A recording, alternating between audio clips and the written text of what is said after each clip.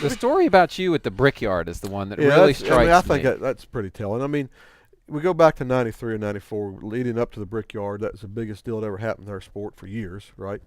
And we go up there, and I win the first time competition. I take the pole, or I win the pole. And so we run that race. I think Gordon wins the first race. So we go back the second year, all through testing. Because then we used to go up there, the whole field, man. It'd be 60 cars up there tested for a week, you know. And all during that test session, my car is always in the top 2 or 3, fastest, you know. I think Dale wins that race, right? Right. We go back the third year, testing. Same deal. There's the one car out there hauling butt again, fast, you know, just everybody's coming over. What are you doing? They're looking at the car. The thing that always goes on. 2 or 3 days of this goes on, and I'm standing there one time, somebody pecks me on the shoulder, and I look around, it's Earnhardt. So what are you doing, son? He says, Rick, he says, I got problems. I said, what's your problem now? He said, I can't figure out what's going on with my race car. He said, would you got time to go over and get in my car and drive it? I said, yeah, it's no problem. So I went over and I jumped in his car and I drove it a few laps, you know, and it really was screwed up. He was right about that. Yeah, because I come in and I got out and he says, what'd you think? I said, well, Dale, you go in the corner, the first thing that happens, the right front falls out from under itself. And he turns around at Petrie and Richard. Yep, see there, that's what I've been trying to tell these people. They won't listen to me. And when you get on the gas, it pushes, don't I? I said, I hadn't got that far yet, Dale. Just wait a minute. You know what I mean? He's just livid, right? Right. I said, you want to feel a good car? He said, yeah, I'm going to get in yours. I said, go get in mine. So he gets in it and runs a few laps. He comes in. He comes over just screaming at Petrie and Childers. That's the way the car is supposed to feel. Just raising the holy cane. But anyhow, here's the deal, guys. Here's the man that's probably the best that ever drove a race car, you know, or I was with, put it that way. Done won all the races, done won all these championships, best going, you know, the man, the intimidator, the king, everything, not the king, but he's the man, right? Right. Comes to a guy that's never won a cup points race, right? And wants his help trying to figure out what's wrong with his race car. Right. Now, how many people would do that? How many people would not let their pride get in the way of saying, I got to have some help somewhere because I want to win, folks? This is all I want to do. I want to win. If Mast can help me win, he's good at this track, I'm going to go to Mast. Whatever I've got to do to win, I'm going to do, right? Pride be damned. You know what I'm saying? Yeah. Well, how about Earnhardt's last win? Were you on the track that day at Talladega? In the year 2000? Yeah. When he drove from, what was it, 16th on the last lap or some crazy thing like that? I don't even think about those deals at Daytona Talladega. He would shuck and jive and move. And he just knew where to go, you see him coming in the mirror and say, all right, I'm going to get on with Earnhardt and go. You know, in these 5 laps, you don't even see him. He's leading, right? And you're like, he does all this crap. I don't even like to talk about that because it's just, that's a whole other stratosphere. Whatever he'd do at those tracks, you know what I mean? Because, again, I'd always try to learn from everybody. Right. And everybody always tried to learn from Earnhardt. And that's one of the things that helped him, too, because everybody always hook on to Earnhardt. He would go out and make a move by himself, make it look silly, right? It would be silly. But there's 2 guys who say, oh, Earnhardt's doing it. Let me hop up. Let me hop up there. And all of a sudden, that move would become a pretty smart move. Right. Smart move. And it was, you know, but it kind of worked.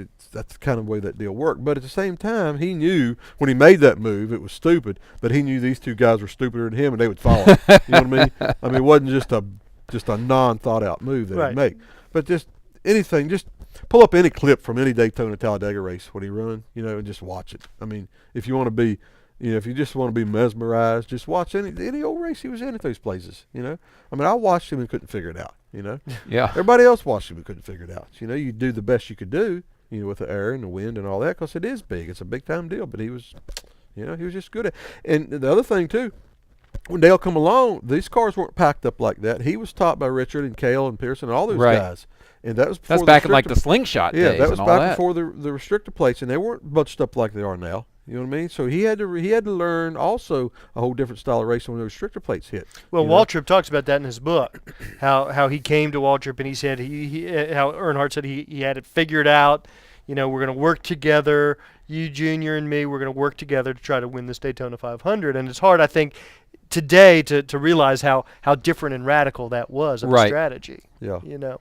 Well, you know, some people blame the wreck on him blocking Sterling for the guys and Schrader. Look at there's half lap. There's a lap to go. I mean, a lap to go, he wasn't blocking. That's exactly what Michael said when we talked to him about it. He's like, we had the thing won. They had it won. Michael and Junior were gone. They were gone. Down the back straightaway, one of those two cars were going to win the race. Dale was too far back with Sterling and Schrader and that bunch. Michael's thought was Dale was just trying to get the beat those finish. guys. He was trying to beat those guys at that point. And his two cars, one of his two cars had already won the race. You know what I mean? That wasn't. Well, and you were on the track that day. Mm-hmm. That's right. Take us through your emotions, and when you found out and how you found out. You hop out of the car and you're out of there. You know what I mean? I mean, you don't. You know, that's you're not the deal. Unless you're in victory lane. You're not hanging around. Had you? In fact, in those days too, they didn't require you to stay around. You know, now the top 5 guys, whatever, have to stay around. Top 3, I think. You know, you just hop in your car and go. You know. So did you have an awareness when you got out of the car that something was going on? No, we were home. I think we were home. You know what I mean? We were home probably before they making the announcement. I believe. You know. You were on your plane. But that to me is just the fact. You know, the ironic part. You know, him and Neil were such good buddies. Neil Bonnet, and Neil had some bad crashes, man. You know.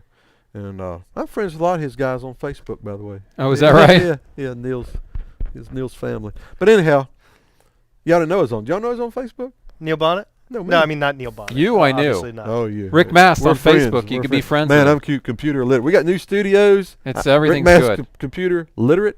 Yeah, things are looking up.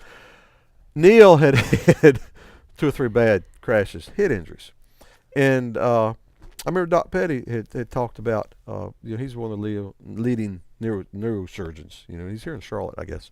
And I guess it's kind of like me and carbon monoxide. Your body has reserves for everything. In lay terms, listen to the doctors over the years. Don't everybody take this to the bank, folks, but this is kind of Rick Mast, MD. Dr. Mast. Your body has, in lay terms, your body has reserves for everything. I use my reserve up for carbon monoxide. Your head's the same way, evidently. You have a head injury, the next injury, less of a blow, more of an injury. Next injury, less of a blow, more of an injury, okay? Neil had some bad head injuries, and I think he'd been advised maybe he shouldn't be in a race car. Right. A small injury could do it. We were practicing, or during the race, or before the race, we were practicing. They had a wreck in turn 3 or 4, you know. So we said it was Bonnet. No big deal. And I see his car come by on the rollback, and I look at it, you know, it smashed back some of the front. You know, like, yeah, I pull a backup car out. It kills the guy, right? No way this car is tore up bad enough. Right. You know? So I always wondered if that's really what happened with Neil. You know, just a little bit of an impact, did he? Earnhardt wrecked at just about the same spot. He impacted the wall just about the same spot. And those guys were the best of buddies. You know, I always thought that was ironic. Right, that's true. Just a little bit of information. There you go. All right. Well, it is the 10th anniversary of the passing of one of the greatest. You raced against him. Thanks for coming in and talking about him. Glad to be here, guys. Rowdy.com. Say it like it is. Say what like it is? Rowdy.com.